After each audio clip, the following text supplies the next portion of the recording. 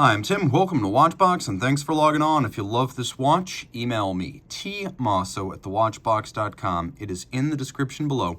It is your purchase and pricing email question line for buying this or any watch you see on any Watchbox platform. Please reach out to me directly. Email tmosso@thewatchbox.com for pricing. Today, we're discussing something very, very different.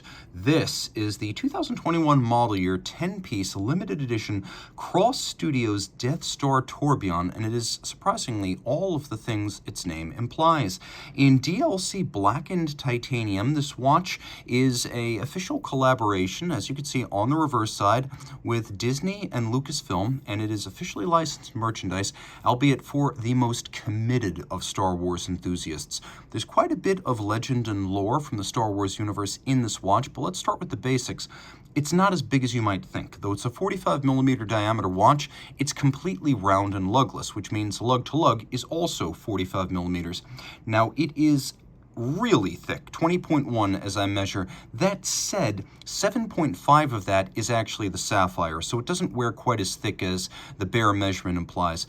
Take a quick look, and you can see that this strap, which is a rubberized piece of leather, has a Death Star topography. So if you're familiar with the surface of the Death Star with its many channels and ravines and transformers, defensive positions, and of course critical weaknesses, as we know from A New Hope. This is very much what the Death Star looks like from overhead. This is the actual surfacing of the battle station. Now, it's also a folded edge strap, which means it has a rounded profile, a monotone stitch. On the bottom, you can see this is a bespoke strap specific for the watch. No crimping, no gouging.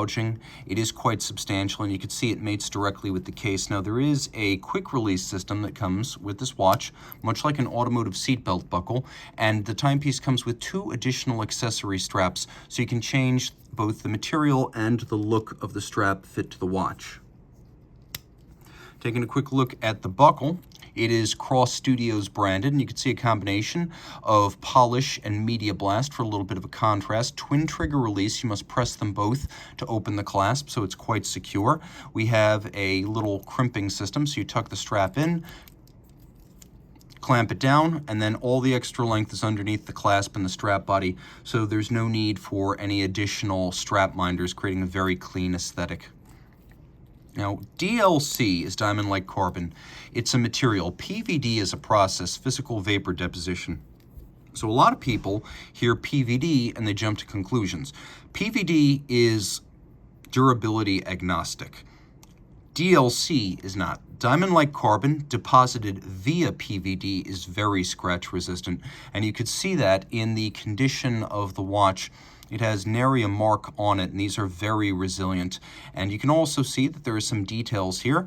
A little bit of a polished channel that runs around the circumference. As you remember, there was that long channel in A New Hope that allowed the X-Wing fighters to get awfully close to the Death Star and somewhat below the level of its defensive cannons. So that little circumferential trench that ran around the Death Star was a big piece of the movie. Fun fact, the model that was originally built was not originally supposed to have that trench, but because the molds shrank somewhat, when the two halves, the two half spheres or hemispheres were joined together to create the prop Death Star, it wound up having this channel between the two hemispheres, and so that became a piece of the plot as well as a famous feature of the battle station itself, but it was a manufacturing defect in the prop that led to that.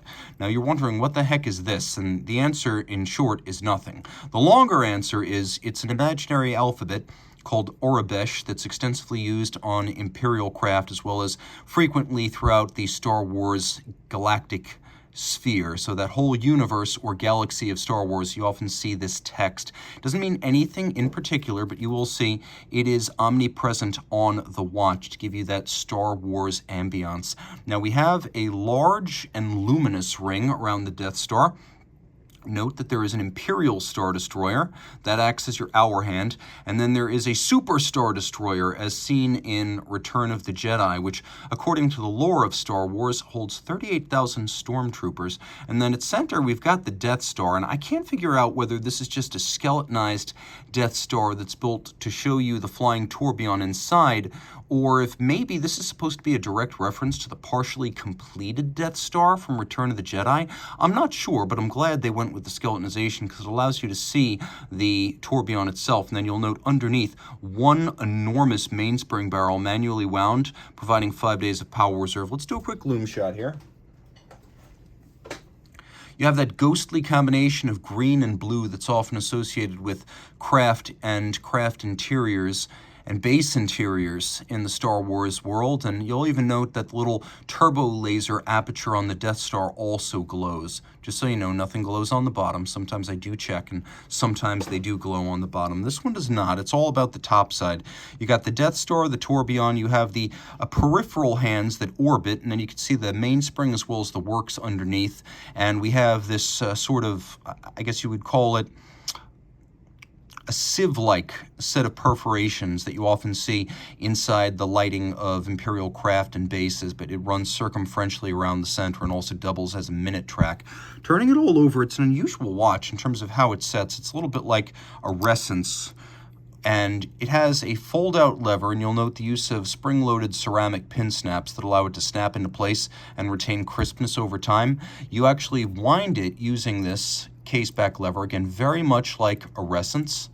And then if you want to set the watch, you press the little Aurebesh script right there, and then you turn and you set the watch. And you can see how these are not actually pivoted from the center. These are orbital hands.